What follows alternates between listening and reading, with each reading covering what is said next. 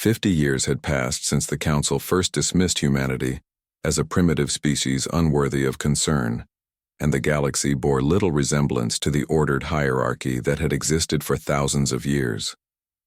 The old system of Council dominance had crumbled under the weight of human innovation cooperation and an unstoppable tide of change that swept through every corner of known space. President Mary Johnson stood at the podium of the reformed Galactic Assembly as representatives from 47 different species looked on with respect and anticipation. The human leader was addressing the new governing body that had replaced the Council after half of its member species either allied with humanity or were defeated by human-led coalitions. The transformation had not happened through conquest or intimidation, but through something far more powerful than military might. Humans had offered the galaxy a better way of organizing civilization based on equality, mutual respect, and the free exchange of knowledge rather than domination and fear. The results spoke for themselves as prosperity and peace spread to regions that had known only conflict for millennia. Standing beside President Johnson were representatives from species that had once been bitter enemies, but now worked together as equals in the new galactic order. The tall blue-skinned Andrelians stood next to the insectoid Vortanians, while energy beings from distant nebulae shared space with crystalline entities that communicated through harmonic vibrations. Dr. Carl Wright's Institute for Xenological Studies had become the galaxy's premier center of learning, where the greatest minds from dozens of civilizations worked together to push the boundaries of science and philosophy. The free exchange of knowledge had produced advances that no single species could have achieved alone, and the rate of discovery was accelerating with each passing year. The old Council model had been based on hoarding knowledge as a source of power and using technological superiority to maintain control over less advanced species. Humans had proven that sharing knowledge freely produced better results for everyone involved, and their approach was now the standard throughout the reformed galactic community. Engineer Linda Davis supervised construction at the orbital shipyards above New Geneva Station, where vessels were being built that incorporated the best innovations from dozens of different civilizations. Human engineering skills combined with alien technologies to produce ships that were more advanced than anything the galaxy had ever seen. The shipyards had become a symbol of the new cooperative spirit that defined human-led civilization. Engineers from species that had been enemies for centuries worked side by side to solve technical challenges and push the limits of what was possible. The ships they built were not weapons of conquest but tools of exploration and discovery. Admiral Peter Cook commanded the Galactic Defense Fleet from his flagship Unity as they patrolled the borders of civilized space. The fleet was composed of vessels from 20 different species, all working together to protect their shared territory from external threats. The old model of using military force to maintain internal order had been replaced by cooperative defense against outside dangers. Peter's approach to military command reflected the broader changes in galactic society. Instead of ruling through fear and intimidation, he led through example and earned respect through competence and fairness. His fleet responded to threats with overwhelming but precise force that eliminated dangers while minimizing casualties on all sides. The economic prosperity that followed human expansion had exceeded even the most optimistic projections. Trade flowed freely between systems that had been isolated for centuries, while new technologies and resources were shared throughout the galactic community. Worlds that had struggled under Council taxation and tribute demands now thrived under the human model of free commerce. Former Council leader Zephyrian served as an advisor to the Reformed Assembly, though his role was largely ceremonial. The proud alien who had once dismissed humanity as primitive now spent his days marveling at the civilization they had built. In quiet moments, he reflected on the irony of the Council's greatest mistake. The Council had failed to understand that human diversity, curiosity, and cooperation were not signs of weakness, but sources of incredible strength. Where other species saw chaos in human society, the humans themselves saw opportunities for growth and innovation. Their willingness to work with anyone regardless of species or background had allowed them to build alliances that the rigid Council hierarchy could never match. Zephyrian had lived long enough to witness the rise and fall of several galactic civilizations, but nothing had prepared him for the speed and scope of human transformation of the galaxy.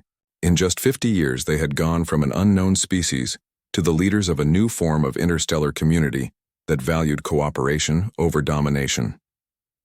The changes went far beyond politics or economics to touch the fundamental nature of how species related to each other. The old fears and prejudices that had kept civilizations isolated were being replaced by curiosity and mutual respect. Young beings from different worlds grew up together in human schools and went on to form friendships and partnerships that would have been impossible under the council system. Captain Jake Morrison, now elderly, but still commanding exploration missions, prepared to launch the starship Harmony toward the Andromeda Galaxy. The massive vessel carried representatives from every known species united in humanity's endless quest to explore, learn, and grow. The mission would take years to complete, but it represented the best of what galactic civilization could achieve. Jake had been present at the beginning when humans first ventured beyond Earth, and now he would lead the expedition that carried their cooperative spirit to another galaxy entirely. The crew of the Harmony was trained in human methods of first contact that emphasized peaceful communication and mutual benefit rather than conquest or exploitation. As the ship prepared for departure, Jake reflected on the journey that had brought them to this moment. 50 years ago, humans had been dismissed as too primitive to matter, and now they were leading a galactic expedition to make contact with entirely new forms of life. The transformation had been driven by the same qualities that the Council had seen as weaknesses. The launch of the Harmony marked the beginning of a new age of exploration and discovery that would carry human ideals and methods throughout the local group of galaxies. The cooperative civilization they had built would serve as a foundation for even greater achievements in the future as humanity and their allies reached for the stars together. The assembled representatives of 47 species watched as the ship disappeared into the void between galaxies, carrying with it the hopes and dreams of a united galactic community. The Council's greatest mistake had become the galaxy's greatest gift, as underestimating humanity led to the creation of a civilization based on the best qualities of all its member species. Standing on the observation deck of New Geneva Station, President Johnson smiled as she watched the Harmony vanish into the cosmic distance. The age of human expansion was just beginning, and the galaxy would never be the same.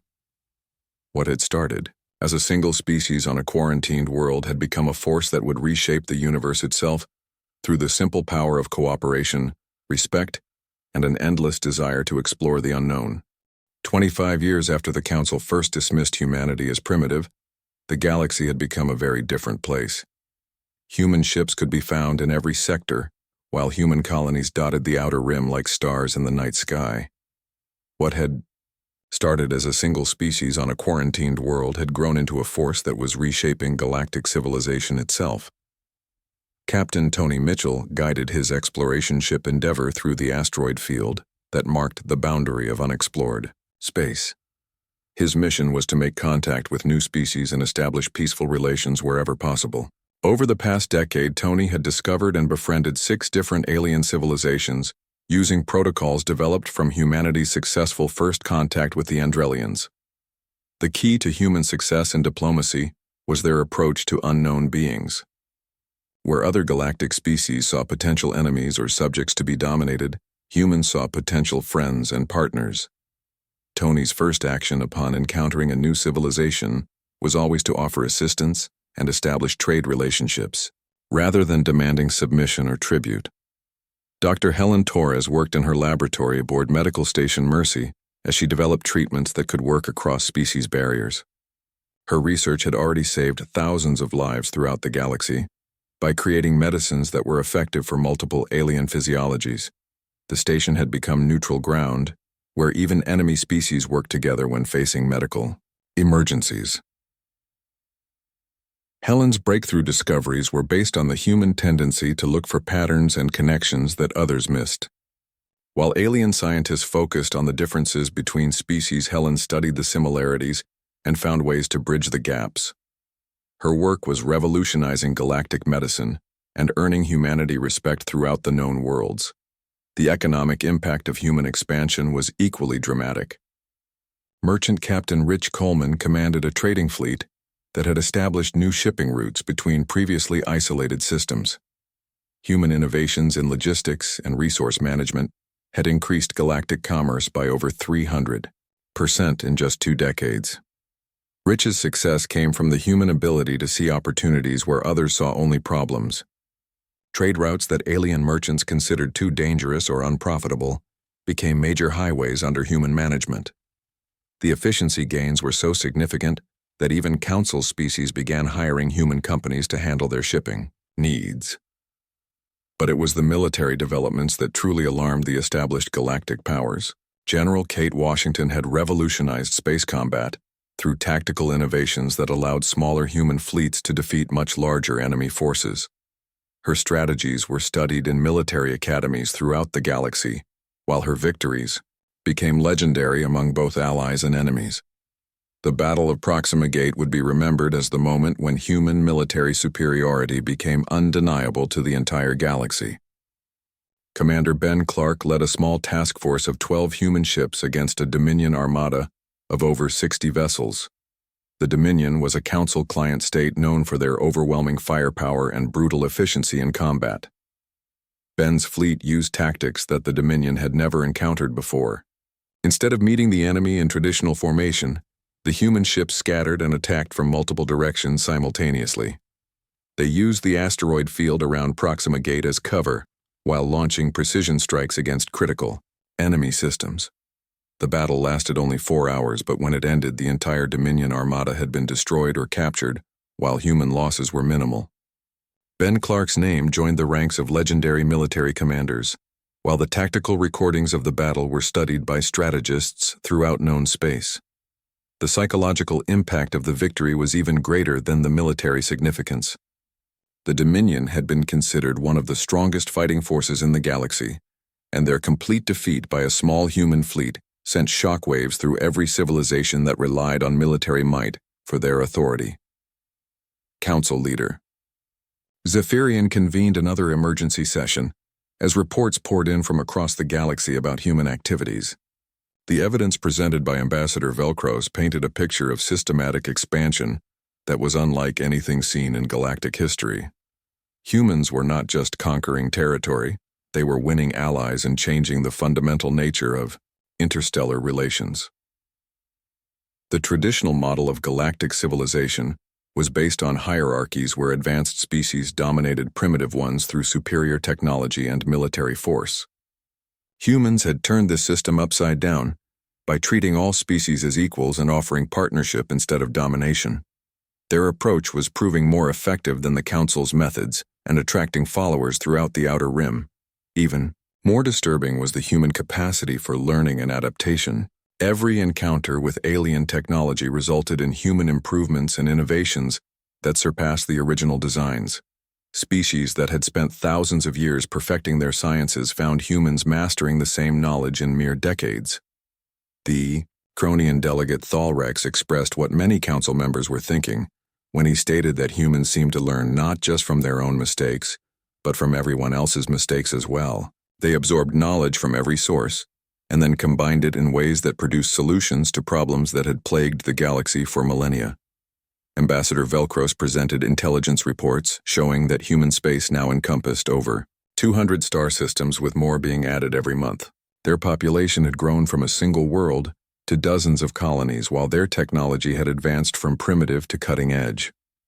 The rate of expansion showed no signs of slowing down. Most alarming of all were the reports about human influence on other species. Civilizations that had been council members for thousands of years were beginning to question the established order and adopt human ideas about equality and cooperation. Several minor species had already withdrawn from council control to join the growing human alliance. The economic implications were staggering as well. Human trade networks had become so efficient and profitable that many council species were abandoning traditional commerce routes in favor of human alternatives. The tax revenue and tribute payments that funded council operations were declining as member species found better opportunities elsewhere. Zephyrian realized that the council faced an existential crisis unlike anything in their long history. They were not dealing with a military conquest or a rebellion by subject species. Instead, they were being made obsolete by a civilization that offered better alternatives to everything the council provided. The question was no longer whether humans, would become a major galactic power. That had already happened while the Council was still trying to understand what they were dealing with. The real question was whether the established order could adapt to this new reality, or would be swept away entirely by the human tide. As the emergency session continued through the night cycles, Zephyrian began to grasp the full magnitude of their original mistake. The Council had not just underestimated human technology or military capability, they had fundamentally misunderstood human nature itself. The traits they had seen as weaknesses, curiosity, cooperation, and adaptability, had proven to be humanity's greatest strengths. The galaxy would never be the same, and the age of Council dominance was coming to an end whether they accepted it or not. The primitive species from the third planet of an unremarkable star had become the driving force of galactic civilization, and there was no turning back from the changes they had set in motion. 10 years after first contact, the galaxy began to notice that something unusual was happening in the Outer Rim territories. Reports filtered back to the Council through various channels about strange ships with unfamiliar designs appearing in sectors that should have been empty. The vessels were clearly advanced but did not match the configuration of any known species in the galactic database. Captain Amy Parker stood on the observation deck of the colony ship Pioneer as it approached the planet her crew had designated New Hope. The massive vessel carried 15,000 human colonists and everything they would need to establish humanity's first settlement beyond the solar system. Amy had spent 5 years planning this mission, and now watched her dreams become reality as the ship entered orbit around their new home. The Pioneer was built using technology reverse-engineered from the Vortanian quantum drive systems that Bobby Chen had studied during the first contact incident. Human engineers had improved on the alien designs and created a propulsion system that could cross interstellar distances in months rather than years. What should have taken centuries of development happened in less than a decade thanks to human adaptability and determination. Commander Steve Rogers piloted the exploration vessel Pathfinder through the nebula known as the Tears of Andros when his sensors detected artificial structures ahead. The discovery of an inhabited system was exactly what Earth's deep space exploration program had been hoping for since the encounter with the Vortanian mining ship. Steve ordered his crew to battle stations as a precaution, but broadcast a message of peaceful intentions on all frequencies. The response came from a species that called themselves the Andrelians. They were a peaceful race of tall, slender beings with pale blue skin and large silver eyes who had achieved interstellar travel. Over 1,000 years ago, their civilization was based on philosophy and art rather than conquest or expansion, which had kept them out of galactic politics and off the Council's radar. Ambassador Veltar of the Andrelians welcomed the human ship to their system with curiosity and caution. His species had heard rumors about strange new vessels appearing throughout the Outer Rim, but this was their first direct contact with the beings responsible. When Steve Rogers requested permission to meet in person, Veltar agreed despite the concerns of his advisors. The meeting took place aboard the Andrelian space station Harmony, where representatives of both species spent 3 days learning about each other's civilizations.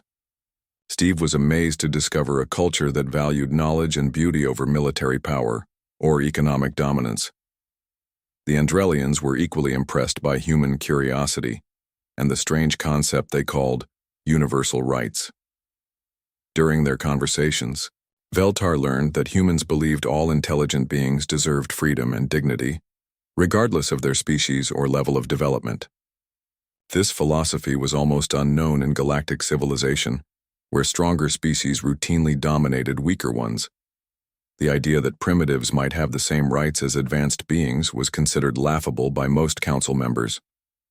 Steve Rogers signed humanity's first interstellar treaty with the Andrelians and established a permanent diplomatic mission in their system. The agreement called for mutual assistance and the free exchange of scientific knowledge between both civilizations. Neither species realized at the time that this simple treaty would become the foundation for a new kind of galactic alliance. Meanwhile, Dr. Nancy White's research team on Europa Station achieved breakthrough after breakthrough in quantum physics and artificial intelligence. Human scientists seemed to learn at an incredible pace when given access to advanced alien concepts. Technologies that had taken other species millennia to develop were mastered by humans in mere decades through their ability to adapt and innovate. The first warning that something significant was happening reached the Council when Ambassador Velcros received reports from Centaurian patrol ships operating near the Galactic Rim. Human vessels had been spotted in 7 different star systems over the past year. The ships were using advanced propulsion technology and seemed to be establishing permanent settlements on previously uninhabited worlds. Velcros brought these reports to Council leader Zephyrian, who initially dismissed them as sensor errors or misidentification of known species. The idea that the primitive humans could have achieved interstellar travel so quickly seemed impossible based on their previous assessment. Surely these were ships from some minor species that had simply not been properly catalogued. The truth became impossible to ignore when General Paul Brooks of the Terran Marine Corps led a defense of the Andrelian homeworld against Sarkathian raiders. The Sarkathians were a warrior species employed by the Council as military enforcers and had never been defeated by anyone they considered beneath them. The battle that followed would be remembered as a turning point in galactic history. Brooks commanded a small fleet of human warships that had been designed based on stolen Sarkathian tactical data. When the raiders attacked the peaceful Andrelian colonies, they expected an easy victory against beings who had no military tradition. Instead, they found themselves facing human forces that used tactics and technology the Sarkathians had never encountered. The human ships were smaller and less heavily armed than the Sarkathian vessels, but they moved with precision and coordination that confused the alien warriors. Brooks used rapid hit-and-run attacks to disable key enemy systems before retreating to defensive positions that had been prepared in advance. The Sarkathians found themselves fighting an enemy that refused to engage in traditional combat. After 6 hours of battle, the Sarkathian fleet was forced to retreat, having lost 4 ships and failed to capture any of their intended targets. The human losses were minimal, and the Andrelian colonies remained safe under the protection of their new allies. News of the defeat spread throughout the galactic military community within days. The Council convened an emergency session to address what was now clearly a significant development in the Outer Rim. Ambassador Velcros presented detailed intelligence, reports about human expansion that painted a disturbing picture of rapid growth and technological advancement. In just 10 years since the quarantine was established, humans had gone from primitive to operating throughout multiple star systems. Council leader Zephyrian studied the data with growing alarm as the true scope of human achievement became clear. These beings had not only achieved interstellar travel, but had developed new forms of propulsion that were more efficient than anything in the Council database. They had established colonies, diplomatic relations, and even defeated Council military forces in open combat. The other Council members buzzed, chittered, and hummed with agitation as they realized the implications of what they were hearing. A species they had dismissed as primitive was now operating as an equal to civilizations thousands of years older. The humans seemed to learn from every encounter and improve their capabilities at a rate that defied all previous experience. Most disturbing of all was the human approach to galactic relations, which seemed to be based on cooperation rather than domination. They offered alliance and mutual benefit instead of demanding tribute or submission from weaker species. This philosophy was spreading among the Outer Rim civilizations and threatening the established order that the Council had maintained for millennia. Zephyrian called for a revaluation of the human threat level and ordered increased monitoring of their activities throughout the galaxy. The species that had once been dismissed as too primitive to matter was now recognized as a potential challenge to Council authority.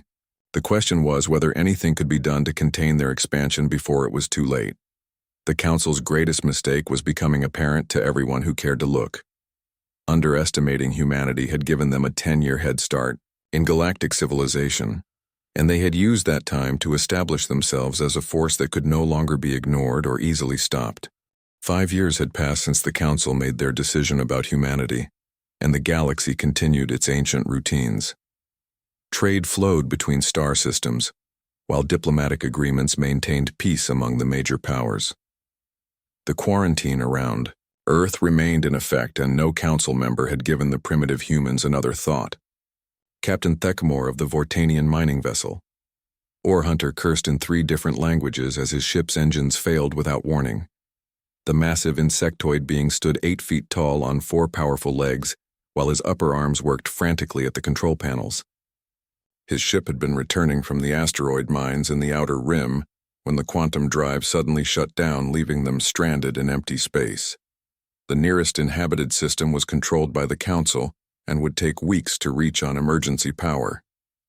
Thekmore's crew of 12 other Vortanians buzzed nervously as they realized their situation. They had food and air for perhaps a month, but their distress beacon would take much longer than that to reach anyone who could help them. What Thekmore did not realize was that his ship had drifted into the Sol system during the engine failure. The primitive humans who lived on the 3rd planet were supposed to be unaware of galactic civilization, but their monitoring technology had detected the alien vessel within hours of its arrival. Captain Lisa Grant stood on the bridge of the Earth. Defense Coalition Ship Defender as her crew tracked the unknown contact. The sleek human vessel had been patrolling the outer system when their sensors picked up the strange energy signature. Lisa was a veteran of 20 years in space and had commanded deep space missions to Jupiter and Saturn, but she had never seen anything like the readings her instruments were showing. The alien ship was clearly in distress based on its erratic movement and the electromagnetic pulses it was broadcasting. Lisa made the decision that would change everything between humanity and the galaxy. She ordered her ship to approach the unknown vessel and offer assistance. Engineer Bobby Chen worked at his station as the Defender closed the distance to the alien craft. The young man had graduated top of his class from MIT and specialized in exotic propulsion systems. When the first detailed scans of the alien ship reached his console, Bobby's eyes went wide with excitement and disbelief. The technology he was seeing should have been impossible according to everything humans knew about physics. The aliens were using some form of quantum manipulation to bend space around their vessel. The power source appeared to be a controlled fusion reaction, but operating at efficiency levels that human science said were theoretical at best. Medic Susan Blake prepared the medical bay for potential casualties while studying the biological scans of the alien crew. The beings inside the ship were clearly not human, but their basic life support requirements seemed similar enough that she could probably help them if needed. Susan had trained for years to handle medical emergencies in deep space, but treating aliens was definitely not covered in any textbook. First contact between humanity and the Vortanians happened when Captain Grant opened a communication channel to the damaged ship. The translation took several minutes to establish, but eventually, Thekmore found himself talking to a small bipedal creature that claimed to represent something called Earth. The conversation that followed would be replayed and analyzed by xenobiologists for decades to come. Thekmore expected the primitive humans to either flee in terror or fall to their knees in worship when faced with clearly superior beings. Instead, Captain Grant calmly offered to help repair his ship and asked if anyone needed medical attention. The cultural shock was immediate and profound for the Vortanian captain. In his experience, primitive species always reacted to advanced civilizations with either fear or religious awe. These humans seemed to view the situation as simply another engineering problem that needed solving. When Thekmore asked why they were not afraid, Grant replied that his crew needed help and helping people was what humans did. Over the next 6 hours, Bobby Chen worked alongside Vortanian engineers to diagnose and repair the quantum drive. The young human not only understood the alien technology, but suggested several improvements that would increase efficiency by 12%. The Vortanian chief engineer Tekvar found himself taking notes from a member of what was supposed to be a primitive species. Susan Blake successfully treated 3 injured Vortanians who had been hurt when the engines failed. She worked with basic medical equipment and had to improvise treatments for alien physiology, but her patients recovered completely. The Vortanian medic Zilmoth was amazed that someone with no knowledge of their species could provide such effective care. When repairs were completed, Thekmore found himself reluctant to leave.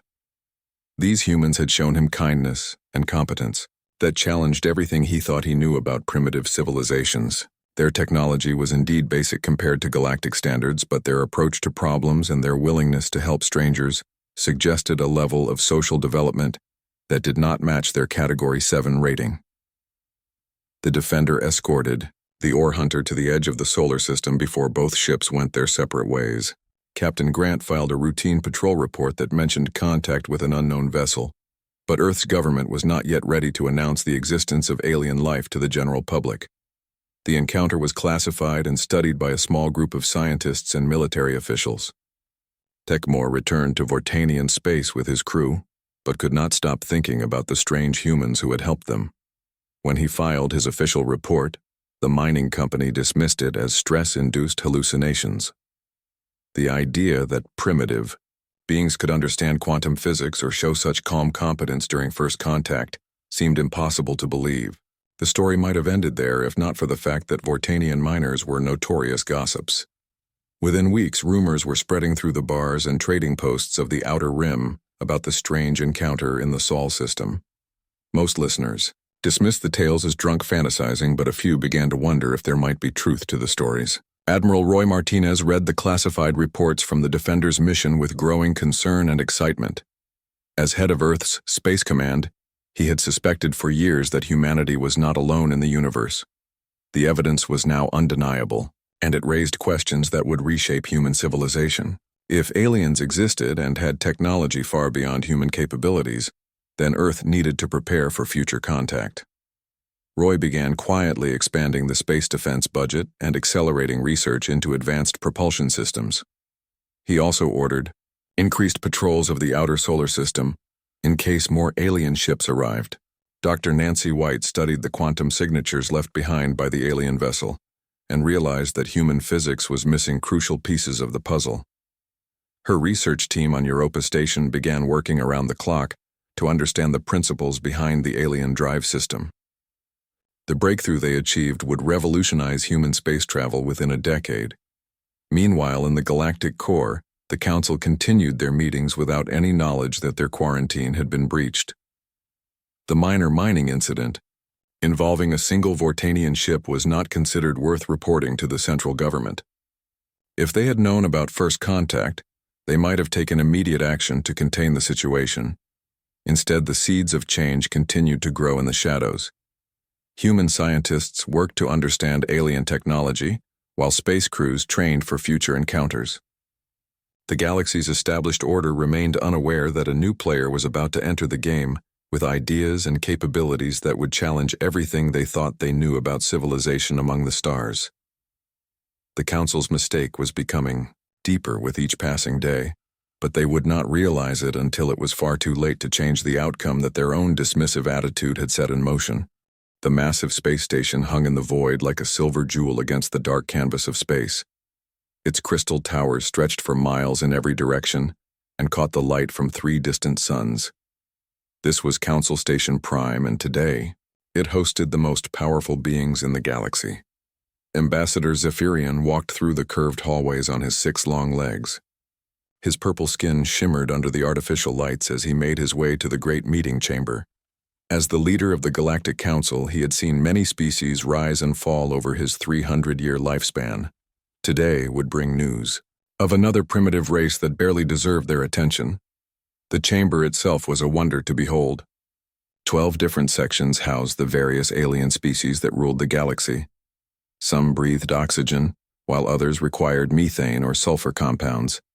The environmental systems worked perfectly to keep each delegate comfortable in their own zone. Crystal barriers separated each section while allowing perfect communication between all parties. Velcros of the Centaurian Federation was already at his station when Zephyrian arrived. The tall gray being with his large black eyes always came early to these meetings. His species had been part of the Council for over 2,000 years and took their duties seriously. Next to him sat the massive rock-like Cronians who communicated through deep vibrations that shook the entire station. On the far side were the energy beings from the Vortex Nebula, who appeared as shifting clouds of blue and gold light.